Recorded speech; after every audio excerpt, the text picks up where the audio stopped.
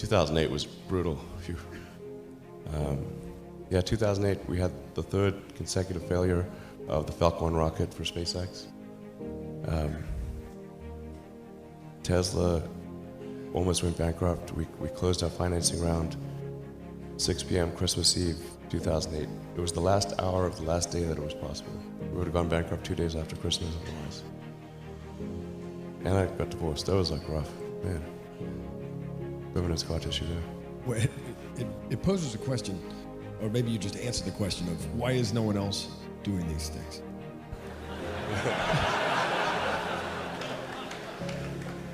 What's your pain threshold?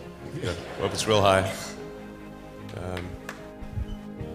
So, yeah, I mean, SpaceX is alive by the skin of its teeth, so is Tesla. If things had just gone a little bit the other way, both companies would be dead. And I, like one of the most difficult choices I have ever faced in life was in 2008. I think I had like maybe $30 million left, or $30 or $40 million left in 2008. I had two choices.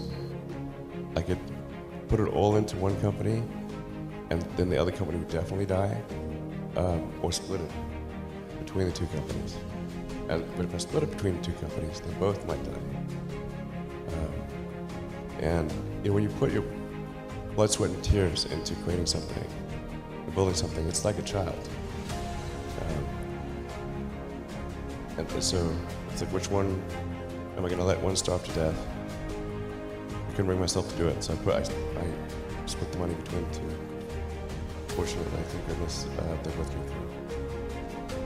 We've got a question for the audience that builds on that. What was your biggest failure and how did it change you?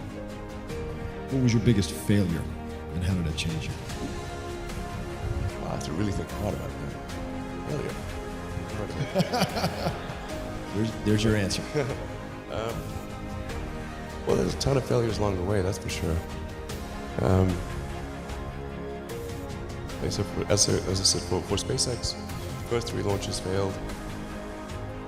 And we were just barely able to scrape together enough parts and money to do the 4th launch. If that 4th launch had failed, we would have been dead. So multiple failures along the way. I tried very hard to get the right expertise in for SpaceX. I tried hard to find a great chief engineer for the rocket, but the good chief engineers wouldn't join, and the bad ones, well, there was no point in hiring them. So I ended up being chief engineer of the rocket. So if I could have found somebody better, then we would have maybe had less than 3 failures.